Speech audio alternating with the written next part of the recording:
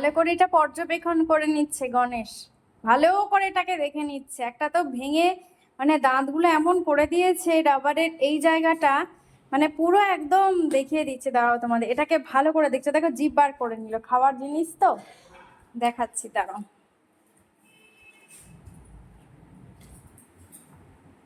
এই যে এটাকে রেখে গেছি, ঠিক এইটা এরকম করে দিয়েছে, ওইটাকে এখন ভালো করে দেখছে। দেখো দেখো দেখো দেখো কি করছে, দেখেছো? ঘর ধোয়ার সময় ওদেরকে একটু আটকে রেখে দিই, না হলে পরে তো ঘর ধোয়া কি। দেখো দেখছে কিভাবে এটাকে, বেশ এটাকে ওকে যদি আমি এখানে দিয়ে দিই, দারুণ ভাবে এটাকে নিয়ে এনজয় করতে থাকবো। দেখো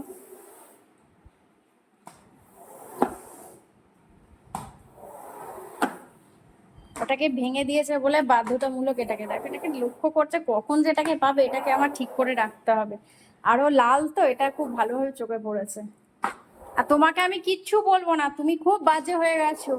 এই ক্রেটটাতে জেলি ক্রেজি রাতের বেলায় থাকে, মানে যখন ইয়ে থাকে, এসি চালায়, ঠান্ডা লাগে তখন থাকে ওর, আরও এটাতেই ঢুকবে।